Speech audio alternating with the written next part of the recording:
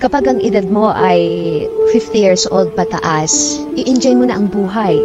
Lalo na't kapag nakatapos na ang iyong anak, tapos na yung paghihirap mo na yung malakas ka pa upang sila makaipon, upang itaguyod yung mga responsibilidad na meron ka. Ngayong settled na sila, subukan mo naman na huwag ka nang pumasok sa kung ano-anong mga pag-i-invest, mga bagong project, dahil sandali na lang ang buhay.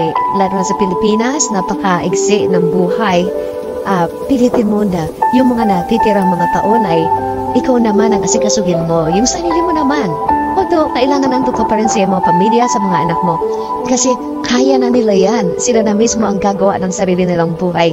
Hindi mo na sila kailangan problemahin pa dahil nagawa mo na ang lahat para sa kanila.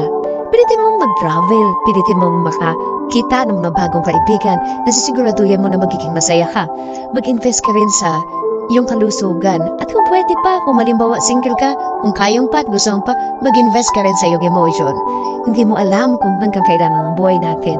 So yung matitira na yun, para sa iyo naman yun. Kasi ibinigay mo na ang lahat para sa mga mahal mo sa buhay.